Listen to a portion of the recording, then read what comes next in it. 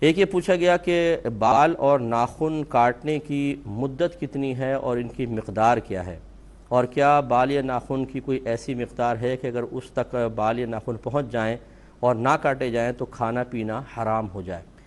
دیکھیں، بال یا ناخن ایک ہفتے میں کٹوانا سنت کریمہ ہے۔ اگر 15 دن تک چلے گئے تو مکروہ تنزیہی ہے۔ مکروہ تنزیہی اس فعل کو کہتے ہیں جس کو شریعت نے ناپسند تو کیا ہو، لیکن وہ ناپسندیدگی اتنی نہ ہو کہ اس کا کرنے والا گناہگار ہو جائے۔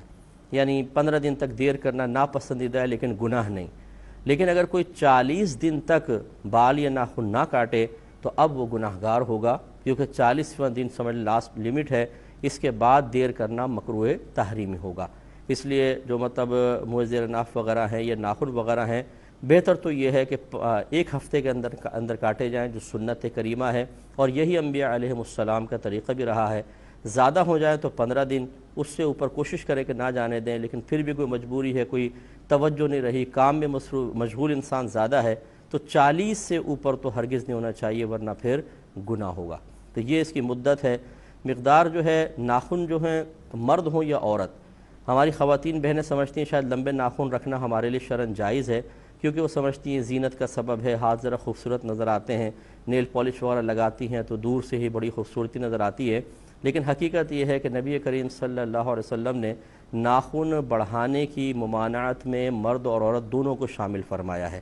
تو اس لیے فرمایا کہ جو لمبے ناخن رکھے گا اس میں شیطان اپنا ٹھکانہ بنا لیتا ہے۔ اب شیطان اس میں ہوگا تو وہ جہاں پر بھی ہاتھ وغیرہ لگ رہے ہیں کھانے وغیرہ کے اندر، گویا کہ اس میں شیطانیت کا اور روحانیت کی کمی کا دخل ہو جائے گا، اور وہ نقصان کا باعث ہے۔ اس لیے ہماری بہنوں کو بھی چاہیے کہ اپنے ناخن کاٹ کر رکھیں، بس اتنا کہ یہ جو ہماری کھال ہوتی ہے اس تک پہنچ جائیں، ٹھیک ہے، اس سے آگے نکلنا تھوڑا سا بھی یہ شرعی طور پر ممنوع ہوتا ہے، اس کو کٹوانا چاہیے۔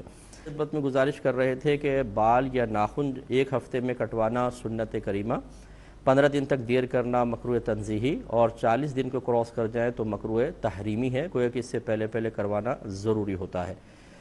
ناخنوں کی مقدار آپ کو بتا دی کہ ناخن بس یہ کھال تک پہنچ جائیں کافی ہے، اس سے اوپر بڑھیں گے تو یہ مکروہ ہوتے ہیں، خلاف سنت ہیں۔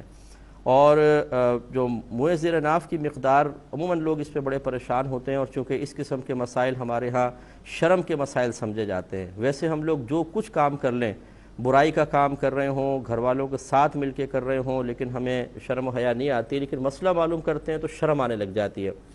تو یہ اچھی طرح یاد رکھیں کہ ناف کے نیچے سے صفائی شروع کریں گے، اور رانے اس میں شامل نہیں اور پیچھے کا حصہ اس میں شامل نہیں، باقی جتنا ناف کے نیچے کا حصہ ہے تمام حصے کی صفائی کرنا سنت کریمہ ہوتا ہے۔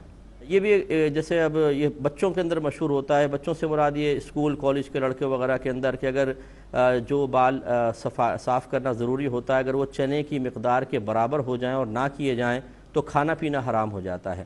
یہ بالکل غلط مسئلہ ہے، اس طرح کچھ بھی نہیں ہوتا۔ فرض کر لیں خدا نہ خواستہ کوئی 40 روز تک بھی نہ کاٹے، اور چنے کی مقدار تو بہت دور کی بات، اس سے بڑے بھی ہو جائیں، اس کے باوجود کھانے پینے پہ کوئی فرق نہیں پڑے گا۔